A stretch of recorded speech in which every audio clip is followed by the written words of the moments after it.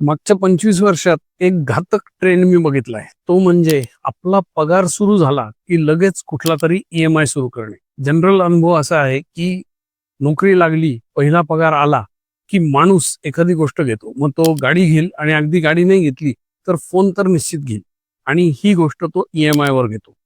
एक साधं लॉजिक आहे.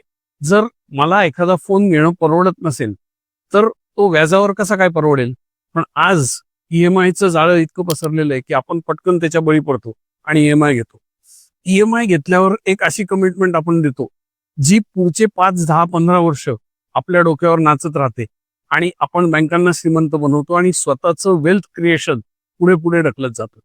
सो ह्या ट्रॅपमध्ये अडकू नका. पहिली काही वर्ष नोकरी लागल्या लागल्या किंवा तुमचं उत्पन्न सुरू झाल्या ॲसेट गोळा करणं फार आवश्यक आहे. ॲसेट म्हणजे अशा गोष्टी ज्या तुमच्या खिशात पैसे टाकतील. त्या गोष्टी आधी गोळा करा. तुमच्या त्या गंगाजळीवर दुधावर साय साठवू द्या आणि मग त्या सायमधनं लायबिलिटीज घ्या. हा खरा मंत्र आहे for living a good life. जर तुमच्याकडे EMI असेल तर कॉमेंटमध्ये टाका EMI आणि जर तुमच्याकडे EMI नसेल तर टाका नो EMI आणि अशाच कंटेंटसाठी मला फॉलो करायला विसरू नका.